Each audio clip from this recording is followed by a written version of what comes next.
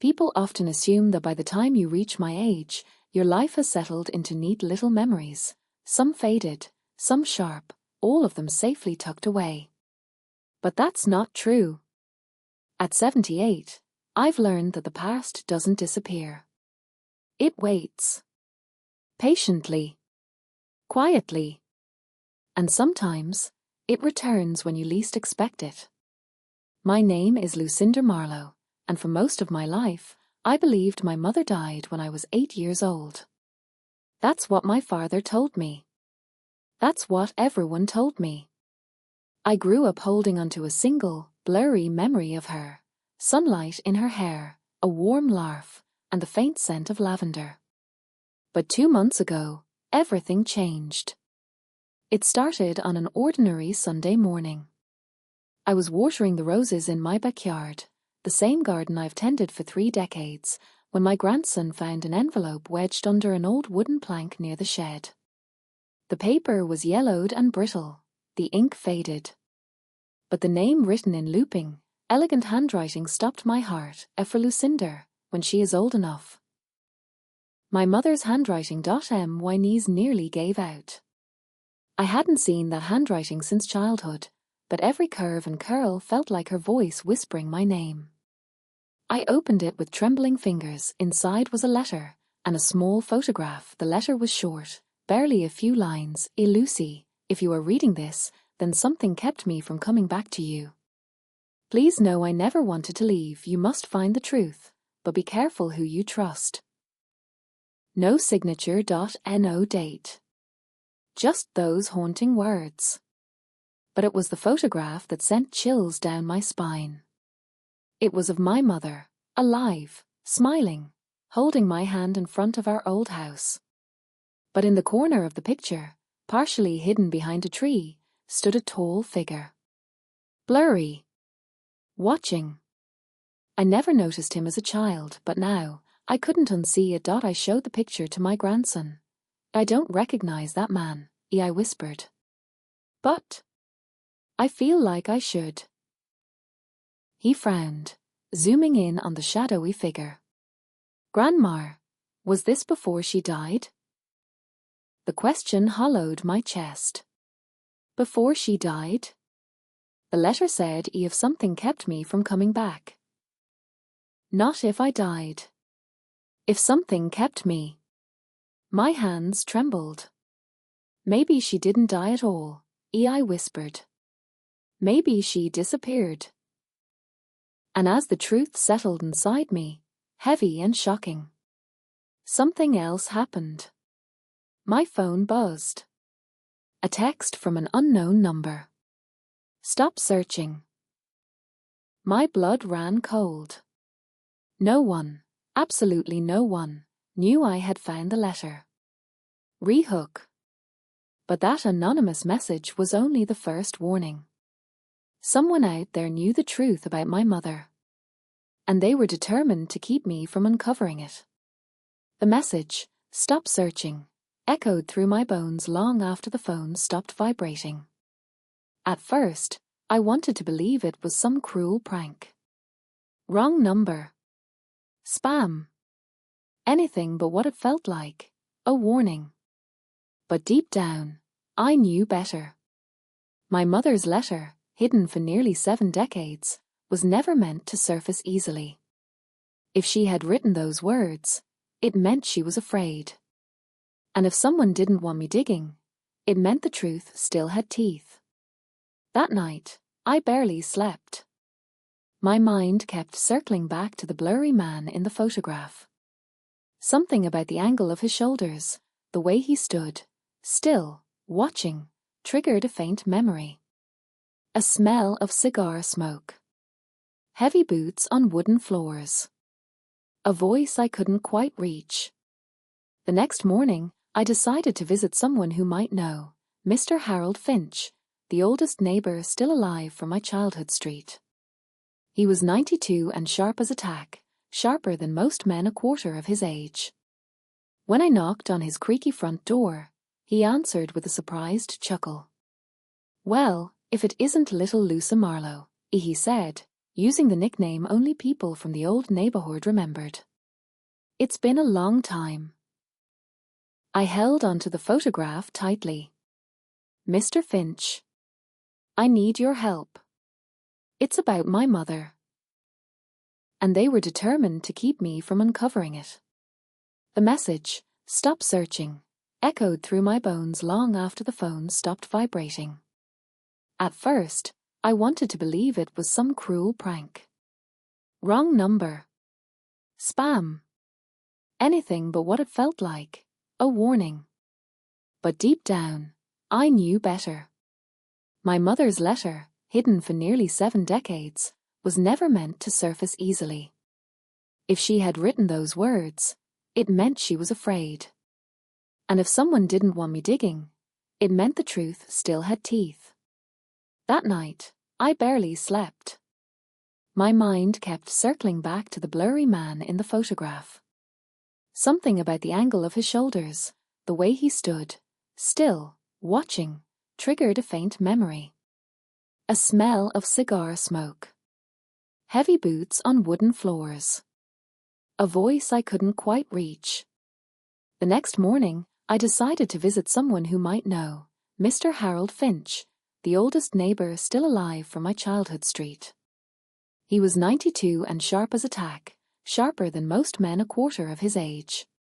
When I knocked on his creaky front door, he answered with a surprised chuckle. "Well, if it isn't little Lucy Marlowe," he said, using the nickname only people from the old neighborhood remembered. It's been a long time. I held onto the photograph tightly. Mr. Finch, I need your help. It's about my mother. His smile faded slightly, not with confusion, but with recognition. We sat in his faded living room, sunlight filtering through lace curtains. I handed him the old photograph. His hands trembled as he brought it closer to his eyes. He stared at it for a long time. Too long. "Do you recognize him?" I finally asked. Mr. Finch didn't answer right away. Instead, he lowered the picture slowly and looked at me with an expression I hadn't seen in decades. Fear. "Lucy," he whispered, "where did you get this?" I swallowed hard. "A letter my mother left. I just found it." He exhaled shakily. "She tried to warn people, but most didn't listen." My breath caught. Warn people about what? And who is this man? Mr. Finch looked toward the window, as if checking for someone. Then he pointed at the shadowy figure in the photograph. "That man," he said quietly, "he used to follow your mother everywhere. They called him the Keeper." A chill slid down my spine. The Keeper? What was he keeping? Mr. Finch shook his head. "Not what? Who? Your mother wasn't the first person he watched. But she was the only one brave enough to try escaping him." My heartbeat kicked into a frantic rhythm. Escaping him? Why would she need to escape anyone? Before he could answer, the old clock on the wall chimed, startling us both. Mr. Finch looked at me with urgency. "You're in danger, Lucy. If you found her letter, he'll come looking." My mouth went dry. "Is he still alive?" He didn't hesitate. "Yes. And he never forgets." A gust of wind rattled the window beside us. But then, a loud knock came at Mr. Finch's door. Firm. Slow. Familiar point 3 knocks. My blood turned to ice. Rehook. And when Mr. Finch opened that door, the past that had hunted my mother stepped into the present, now hunting me. The 3 knocks echoed through the house like a pulse of fear. Slow. Heavy. Intentional. Mr. Finch stiffened, gripping the arm of his chair with knuckles white as bone. "Don't move," he whispered. but the air had already changed. It felt colder, tighter, like the walls themselves were bracing for what waited outside. Mr. Finch rose carefully, his thin frame trembling, and shuffled toward the door. I wanted to stop him, to tell him not to open it, but something in his eyes told me he'd been preparing for this moment for a very long time. He opened the door only a crack. "Can I help you?" His voice wavered. A deep, unsettling voice replied. Smooth, controlled. "I'm looking for someone. I believe she came to visit you." My heart slammed against my ribs. That voice. I didn't know it, yet something about it felt familiar, like an echo from a distant memory I had spent my whole life trying to forget. Mr. Finch hesitated. "I don't know who you mean." The man chuckled softly, a low, chilling sound. "Come now, Harold. You were always a terrible liar." Mr. Finch flinched. He knew this man. He feared him. I peeked from behind the archway, careful to stay hidden. I could only see the man's silhouette, tall, broad shoulders, a long coat, and a black hat pulled low. The same shape from the photograph. The same stance. The keeper. His voice lowered. "She's asking questions. Questions that should have stayed buried." Mr. Finch squared his shoulders, trying to act braver than he felt. "She deserves the truth." A cold silence followed. Then the man said, "A truth is a luxury she can't afford." I felt a chill crawl down my spine. Mr. Finch swallowed. "Leave her alone." The keeper exhaled through his nose, almost amused. "I didn't come here to hurt anyone, Harold. Not unless you force my hand." His tone shifted, a warning dressed as politeness. "I just need to know what she found. And where she plans to go next." My palms grew clammy. He knew. He knew about the letter. About the photograph. About me. Mr. Finch said nothing. The keeper sighed. "I'll find her. I always do." He turned to leave. But before he stepped off the porch, he paused. Then he spoke loudly, clearly meant for me, even though he pretended not to know I was listening. "Tell Lucinda she's chasing a ghost. And ghosts don't like being chased." He walked away slowly, confidently, blending into the fog that hung over the street. The moment he disappeared, my knees nearly buckled. Mr. Finch shut the door and locked it, every bolt, every chain. He leaned heavily against the wood. "He knows you're searching," he whispered. "And he won't stop." Tears stung my eyes. What does he want? Why did he watch my mother? Mr. Finch turned toward me with an expression I had never seen before, grief mixed with dread. "Because, Lucy, your mother uncovered something powerful. Something dangerous.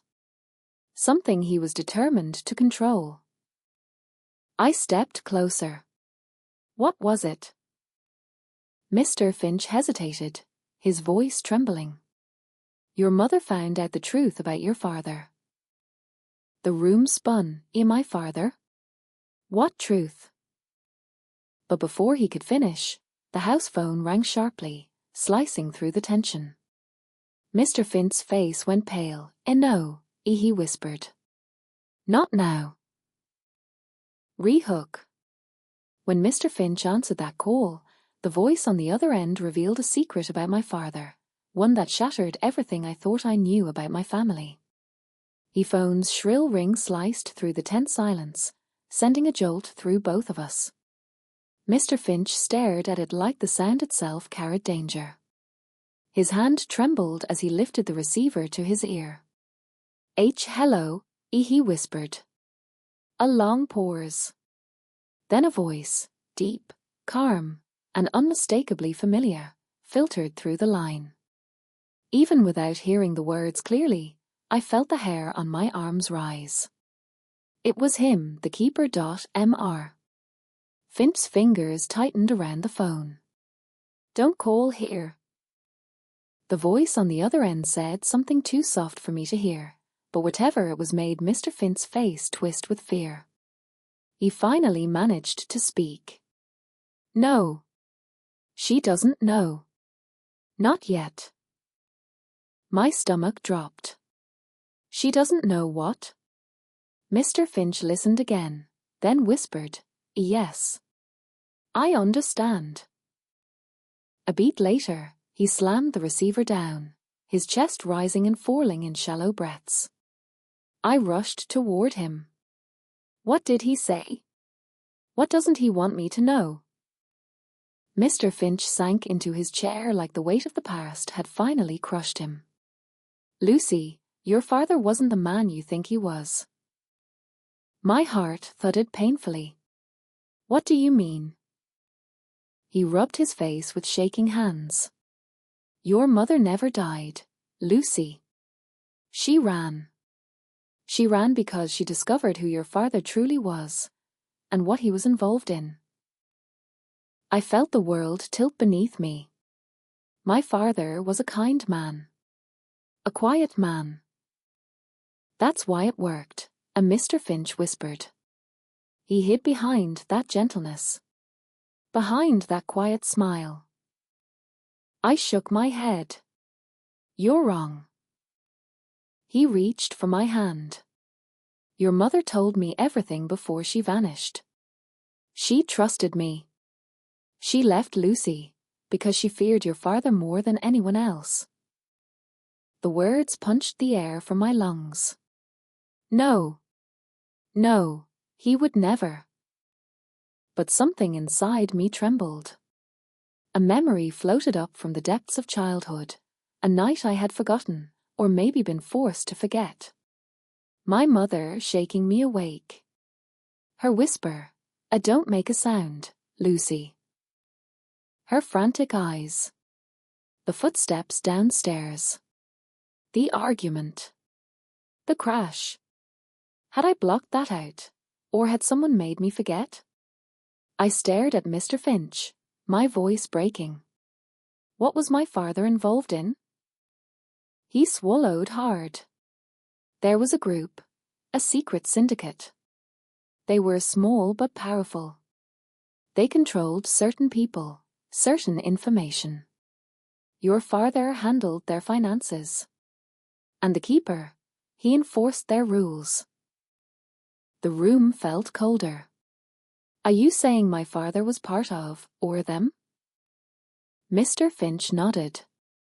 Your mother found financial ledgers hidden in his workshop. Documents proving illegal activities. She confronted him. He begged her to stay quiet. My chest tightened. And when she refused, Did he hurt her? No, Mr. Finch said quickly. He loved her. Truly. That was the problem. He loved her more than the syndicate liked. My breath froze.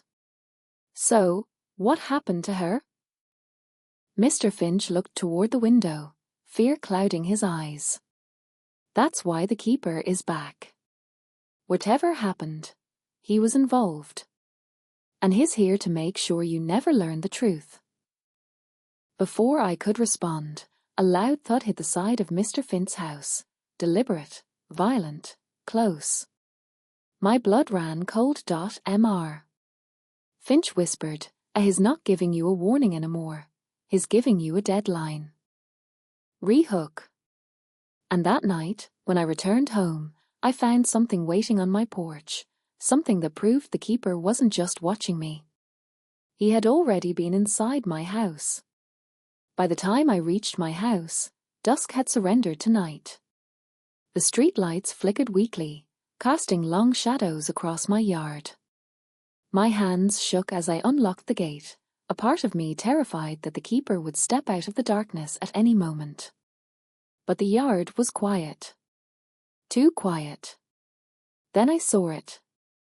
A small box sat neatly on my front porch. No note. No signature. Just a plain wooden box that looked far too familiar. My breath caught in my chest.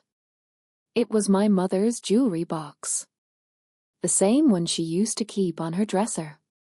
The same one my father swore had been lost years ago. My legs nearly gave out as I knelt beside it. Slowly, carefully, I opened the lid. Inside was a single item, a locket. Gold. Ornate. Engraved with the letter M for Marina, my mother. And inside the locket, folded tightly, was another small piece of paper. My heart pounded as I unfolded it. It was a note. Written in my mother's handwriting. Lucy, if you find this, I am either gone or still running. Your father loved you. But he was trapped in something he couldn't escape. The keeper was never after me. He was after what your father knew. Follow the lighthouse. That is where the truth lives. Mumar. The lighthouse. The old one by the cliffs. Abandoned for decades. The place my father refused to let me play near as a child. Suddenly everything made sense. The fear, the secrets, the restrictions, the stories that never added up. My mother had been running toward something, not just away from someone. And she wanted me to finish what she couldn't. A wave of determination surged through me. I grabbed my coat and headed toward the cliffs. The night air stung my cheeks as I walked the familiar dirt path. The lighthouse stood tall and silent against the sky, a ghost of its former self. But when I reached the door, my breath hitched. It was already open. Inside, dust blanketed the floor, but fresh footprints led up the spiral staircase. My pulse raced as I climbed, each step creaked, each shadow felt alive. At the top pushed open the heavy door to the lantern room. An old metal box sat in the center of the floor. And standing beside it was the keeper. He didn't move. Didn't speak. Just watched me with those cold, calculating eyes. I knew you'd come, he said softly. Just like your mother. My voice trembled. What happened to her? He nodded toward the box. She left you the truth. I'm only here to make sure you can handle it. I stared at him, expecting danger, violence, menace. But instead, there was something else in his expression, regret. He stepped back, giving me space. You deserve answers, he said quietly. Your father died protecting her secrets. I spent my life protecting his. My breath faltered. You're not here to kill me? He shook his head. I'm old, Lucy. I'm tired. I just want the truth to rest. He walked past me, down the stairs, and into the night, disappearing like a shadow that had finally fulfilled its duty. Hands trembling, I opened the box. Inside were documents, real names, dates, locations, testimonies, everything my father and mother risked their lives to uncover about the syndicate. Everything the keeper had spent decades guarding. And on top, a final letter from my mother. Lucy, I always believed you would one day be brave enough to find me, or at least to finish what I started. If you read this, know that I never stopped loving you and I never stopped fighting.